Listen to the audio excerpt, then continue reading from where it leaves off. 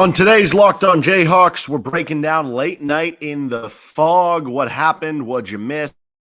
What stood out? What didn't stand out from the KU basketball scrimmages? We're now about a month away, even less than that, from the start of the KU men's basketball season. You are Locked On Jayhawks, your daily podcast on the Kansas Jayhawks, part of the Locked On Podcast Network, your team every day.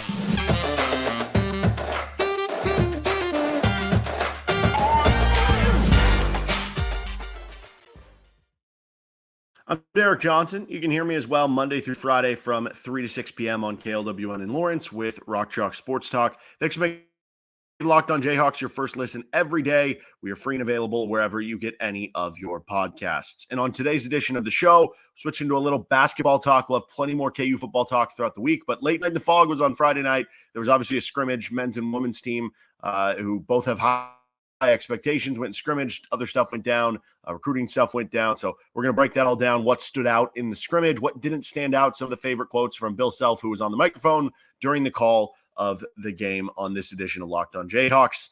Of course, thank you again to all the everydayers out there listening to each and every one of our episodes. So Friday night was the action. It was a packed house, as it typically is and kind of always is. So it didn't seem like there were any issues with the online booking of everything.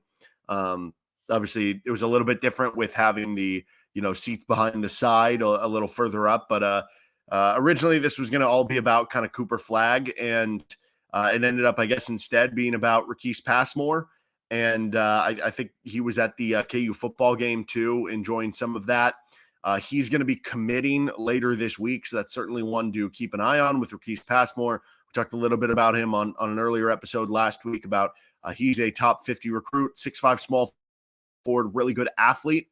And things seem to be trending well for KU. Things seem to be looking good for KU. And, even though it wasn't the big, opportunity to possibly land Cooper Flagg this weekend, still would be a nice little, secondary prize to get a top 50 recruit coming out of the class. And it seems like KU is going to have a great opportunity to do that with Passmore's commitment later this week that would only add to KU's recruiting class and give them 3 players in the top 50 for the class of 2024. So, obviously late night in the Phog typically is about recruiting. It wasn't as big of a recruitment, thing this time. There weren't like, 5 stars in the building or anything like that. And without the Cooper Flagg stuff, maybe a little more anticlimactic there, but still, if it leads to Passmore, you take a top 50 recruit and run. Flo Rida playing with his shirt off. There were some fun pictures with that. The interaction with Tony Sands was up there. Seems like the fans were getting into it. Seems like the students were getting into it. And that's all you're kind of asking for here, that everybody has a good time and that everybody's entertained and that it's a good time for the players, that it's a good time for the fans. And seemed like that happened. And Flo Rida was entertaining as you would expect him to be. Making, multi-millionaire, making lots of music and entertainment happen. So that seemed to happen. Mario Chalmers also hit a half-court shot to win some students money. I still think it'd be funny. I would love to see them implement, you have to get past half court with the basketball on DeJuan Harris or Kevin McCullar without getting, the ball stolen. Or you have to score on KJ Adams. Or you have to, you have to stop Hunter Dickinson on the block or something. I think that'd be really funny. I understand why they don't do it, because you don't want to risk putting any of your players in danger of what if the person who's guarding Hunter Dickinson, gets way too physical with it and he ends up you roll somebody's ankle or you get somebody injured. I understand why you wouldn't do it, but from a pure value of entertainment, I would absolutely love to see a random fan to win $10,000. They have to, score on DeJuan Harris, and they just get ripped clean, on their first dribble or something. I think that'd be a lot of funny or really funny, and would show you, just how much better these players are than just your average Joe, so to speak, which I think would be kind of funny. But Mario Chalmers hit the half-court shot. I think it was his 3rd try, and some free cash for some of the students, which always a good thing there. From basketball perspective, this kind of tips off the year for both the women's and the men's teams, both of which have very high expectations. For the men's team, your expectations are Final Four. Your expectations are Big 12 championship. Your expectations are national championship. That comes with the territory of being at the University of Kansas in general, but it also comes with how you've assembled this roster in terms of having 3 starters from last year's team back who were 1 seed, bringing in the biggest transfer portal player that you possibly could, not just, I guess, literally with Hunter Dickinson, although I think Connor Vanover is 7'4", but, Hunter Dickinson, number one transfer prospect being brought in. You bring in a 5-star in Marco Jackson, or, darn near it. I forget if he ended up 4 or 5, whatever. He's right on the edge there. And, expectations are high in Lawrence, as they always are. So this kind of tips that off. And then from a women's basketball perspective, they have high expectations this year too. Maybe it's not to the same level of, hey, win a national championship, or if you don't go to the Final Four, you don't raise a banner, whatever. But there are more expectations because the women's team, you go to the NCAA tournament 2 years ago, you win an NCAA tournament game. Then last year, you just get left out of the field and you win the women's NIT, you win 25 games. This year, expectation is that, they're picked third in the Big 12, that you can be a Big 12 title contender, that you can be a top 25 team, that you can not just be an NCAA tournament team, but you can be an NCAA tournament team that can make some noise, that can maybe make it to a second weekend. I think it'd be awesome. It'd be huge if the KU women's basketball team could be a top 4 seed. I believe the top 4 seeds host in the first 2 rounds of the tournament. That'd be gigantic for the program and everything they're trying to do. And, we got to see some of the newcomers for both teams. With KU, we got to see Johnny Furphy for the first time. With the KU women's team, they had an overseas trip too, but in person, you got to see like Samaya Nichols for the first time. And so it was really cool seeing that. And there's going to be a lot of expectations for both.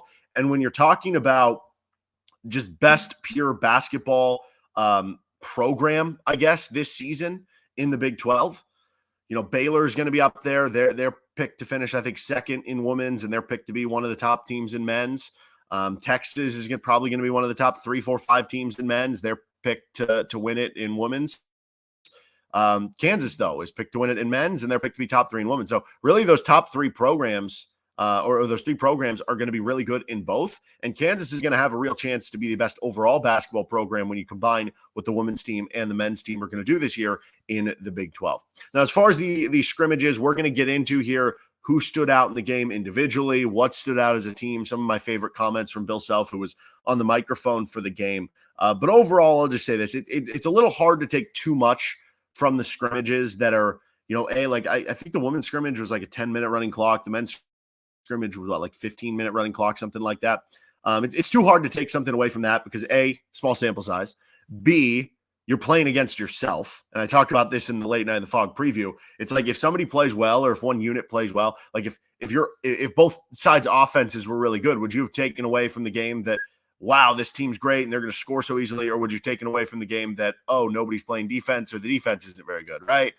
It's the same with KU football spring games. If some receiver goes off, is it because the receiver's really good, or is it because the secondary or the corners or the DBs aren't very good, right? Like, it's always hard when you're playing against yourself to judge what to actually take away as being good and what is not. So B, it's tougher to take it away because of that. And then C, you still have a month before your real games get played. And yes, you have had a couple handfuls of practice to this point. You did have your trip to Puerto Rico. So in theory, you would like to be further along, or at least getting along to the point of where you want to be. But even at the beginning of the regular season, there's going to be a learning curve. There always is, each and every college basketball season. You really don't hit your strut. You really don't, hit your kind of go mode until you get into like college. And so, it's never going to be a perfect product this early on. But that's another thing. Look, like they're still going to have, 3 more weeks of practices before their exhibition games. They're going to have 4 more weeks of practices and games before they get to the regular season. So it's far from a finished product. And that's another reason not to take too much away from the scrimmages. And I think further to that point, Bill Self wasn't happy with the performance. He made that clear on the broadcast. He made that clear in postgame. Hunter Dickinson in postgame, he was super happy with the fan attendance, and he said it was awesome. And he's never seen something like this for an event like this. But he also mentioned saving himself a little bit for the dances and not going all out, which I think was kind of indicative of how the game went. Like, it is an open floor setting. The guys probably aren't playing 100%. Bill Self was probably getting a little annoyed at that. And, he said in the post game, or I forget, maybe it was on the broadcast, that it was FaceTiming with some of the NBA players and, Christian Brown and stuff. And that Sunday was going to be a hard practice. So I'm sure it certainly was, but that's why you can't take too much away from this scrimmage.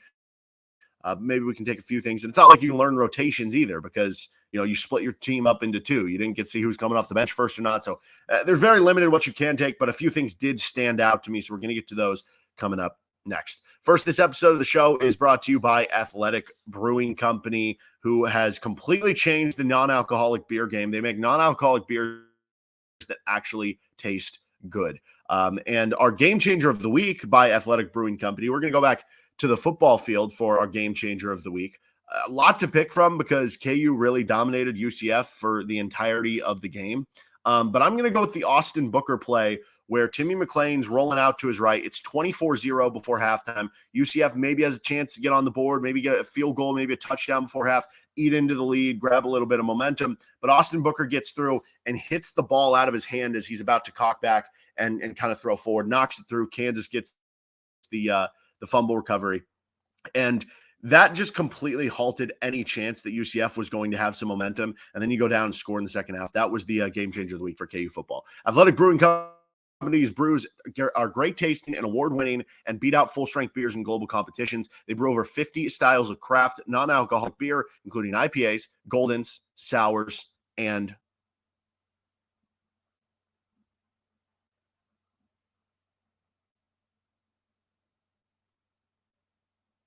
you can find Athletic Brewing Company's non-alcoholic brews at a store near you or buy online at athleticbrewing.com. First-time customers can use code LOCKEDON to get 15% off your first order online. That's code LOCKEDON, LOCKEDON, at checkout for 15% off at athleticbrewing.com. Near beer, exclusions apply, conditions apply. Athletic Brewing Company, fit for all times.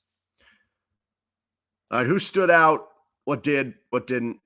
From the KU basketball scrimmage. Well, the defense, as much as it can in this, I mean, I guess the defense is pretty good. There are a few good defensive plays, but you just look back on it and go, well, it was bad offense. It was a lethargic game, too many careless turnovers, because there were a lot of those too. Or it was a good defense. I don't know. Probably more of the bad offense, but, you know, I guess the defense didn't hurt either. But there were a lot of missed open shots and three-pointers that were wide open that just clunked away, weren't like close misses either. So, yeah, that wasn't great overall. I do think as much as we saw an ugly game at times that Bill Self wasn't super happy about, like when you only have so many scholarship players, which Kansas does, right? You only have 9 scholarship players basically.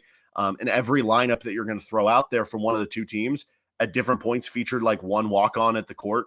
I don't know. There might have been some lineups where there were two walk-ons on one team at a time on the court. Like that's going to make things tougher than in a real game where you're not splitting yourself into two teams for a team that isn't super deep, right? So, you know, that does become something that I think is kind of interesting.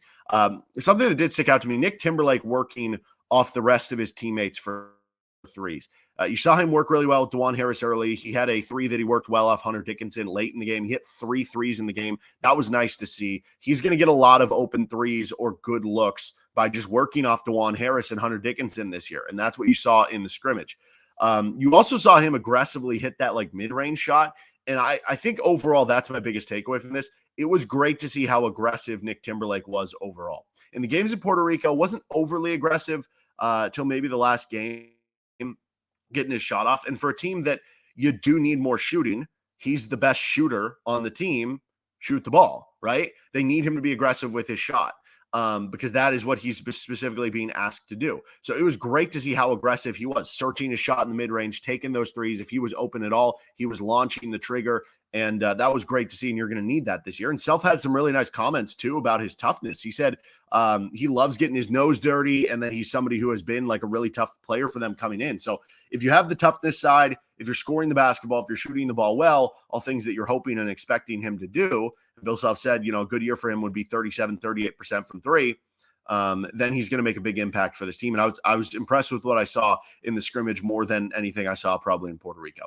The Kevin McCullar advanced offensive game, there were a couple plays, and I think that's what this is. It's not like an overhaul of Kevin McCullar that I'm expecting him to score 20 points per game this year, but there are a few things extra you're seeing tweaked in there where he looks more like a pro, where he's taking that another step up offensively. Maybe that's just because last year he was able to defer a little bit when you have Jalen Wilson, when you have some of these other guys on the team. And this year, you're more of that, you know, guy that has to make the plays. But we saw him make that same move in Puerto Rico that he did in the scrimmage, where he kind of gets a guy backed up in that like 14-foot range from the mid-range around the elbow and does the kind of turnaround, spinning, fadeaway jumper. He hit it a couple times in Puerto Rico. He hit it again in this game. And I think that's going to become more of a staple of his game. You also see him hit the like teardrop floater. That wasn't something we saw him hit like at all last year. He hit a 3 the very next possession in the scrimmage after hitting the teardrop floater. It just feels like to me there's a little bit more expansion to his offensive game this year, and you're going to need that on a team that is going to be counting on him a little bit more this season. You didn't really get to see something you didn't see was Hunter Dickinson really show his game. He wasn't ultra aggressive in this game. I think there was only like one time that he really like posted up and took like a post shot, which you did see a flash. He had that like turnaround fadeaway in the post that he hit. So you did see a flash of it, but overall it's going to be much different kind of in game and in season and in the games that actually count. Jamari McDowell had a really good steal after squaring up Johnny Furphy. Furphy and McDowell were kind of isolated at the left wing, and Furphy tried to drive into him. McDowell stayed in front of him, did a great job moving his feet, and ended up getting a steal out of it. That was really impressive to show the defense of McDowell. And you also saw some ups from McDowell later in the game on that one-handed dunk to show off some of his athleticism. When we go back to our minutes projections and our player previews, I've kind of projected Johnny Furphy 10 to 15 minutes per game. And I've kind of projected Jamari McDowell more of like spot minutes that he might get in here or there, especially in the non-con. But, when the rotation tightens up, maybe that would lean toward Furphy. Still, you saw in the game, there were times where maybe Jamari McDowell looked more advanced than Furphy. And yes, again, this goes back to the talk that you still have like 3 weeks until Furphy had more catch-up to do than, Jamari McDowell. He's only been there like a month, 5-6 weeks, something like that, whereas McDowell's been there longer. So, maybe the exponentially Furphy will gain more comfortability going forward. But I don't know. You could almost walk away from that game with a lot of them reps against each other and think that maybe Jamari McDowell right now, if the games were to start today, would be ahead of Johnny Furphy. But still, you saw part of the reasons why the projection is out there for Furphy. And then if he does get more comfortable in this next month, that he could usurp ahead of Jamari McDowell, because you saw that block and the save on the play where DeJuan Harris is driving and tries like a kind of teardrop underhand layup, and he just snatches it from behind and blocks it and is able to save it in bounds. Like those athletic plays you can't really teach, and Johnny Furphy has that hustle and effort and kind of ability to him, which you can see why the potential is there for what he could be. But that'll be certainly, as much as who's going to start at the two, Nick Timberlake or Marco Jackson, will continue to be a conversation. It doesn't matter that much. Both guys are going to get a good role on the team, play 20, 25, I don't know, more than that minutes per game. It's maybe more interesting with Furphy and Jamari McDowell, because theoretically one of them could be part of the rotation. The other one might only be spot minutes. So that could be a really good competition. And I think it was in the scrimmage. All right. Here's my favorite Bill Self comments from the game. Oh, by the way, from the women's scrimmage, I thought also Taiyanna Jackson hitting a three. Look out Big 12 if she's doing that, because she is already one of the best back to the basket post block scorers and defenders and rebounders in the conference. If she's hitting jump shots and hitting threes and spacing out the defense too, okay, women's team, watch out. Okay, favorite Bill Self comments from the game. These next couple of quotes were direct quotes, and I think just emphasize how frustrated he got, but it was also funny if you were watching on the broadcast to see how fired up he was getting, because you can't turn the coach off even when you're part of the broadcast. Guys are just out here jacking around, direct quote. This is embarrassing, direct quote. That is just awful. And then he called down to get a timeout to get a message across. He had different points. Like at one point, Greg Gurley was asking him a question about a player, and he talked about him for a couple words, and then he just like completely lost track of talking about that player because he was so pissed about something that he was like, well, and that's just terrible, And it was really funny because you can't turn the coach off there. But yeah, I mean, at one point he literally took his headset off basically and was like telling, Norm Roberts and Curtis Townsend, get a timeout. And then he was telling the players, like, take this seriously, play harder, like stuff like that. So that was really funny. Now, as far as an informative quote, this was him talking about Marco Jackson. He said him and KJ Adams are the best athletes on the team. And I thought this quote was really telling about Marco Jackson. He said, direct quote, like one of the best guards we've had in a while, in referencing what Marco Jackson could become. Now, that doesn't necessarily put a timestamp on it, that Bill Self's not saying he's going to be one of the best guards we've ever had right away. No, that's not what he's saying. But maybe it's in year two. Maybe Marco Jackson comes back for year two and he does the Devon Dotson thing, right? Where by year two, he's kind of like this all-American, all-conference level player. I think he's just referring to the potential and the athleticism and everything he has. But that gets you salivating, because the idea of what Marco Jackson could become, and you need him to play a pivotal role on this year's team, he can take you kind of that next level. We talked in our shooting guard preview earlier that, that shooting guard position with Timberlake and Marco Jackson is kind of the X factor on the team. And to hear that from Bill Self, very high praise of what he could become. All right, so what's the KU women's and men's team? We'll get to that coming up in just a moment. First, this episode of the show is brought to you by eBay Motors. Passion, drive, and patience. What brings home the winning trophy is also what keeps your ride or die alive. eBay Motors has everything you need to maintain your vehicle and level it up to peak performance. From superchargers, roof racks, exhaust kits, LED headlights, and more, whether you're into speed, power, or style, eBay Motors has got you covered. With over 122 million parts for your number one ride or die, you'll always find exactly what you're looking for.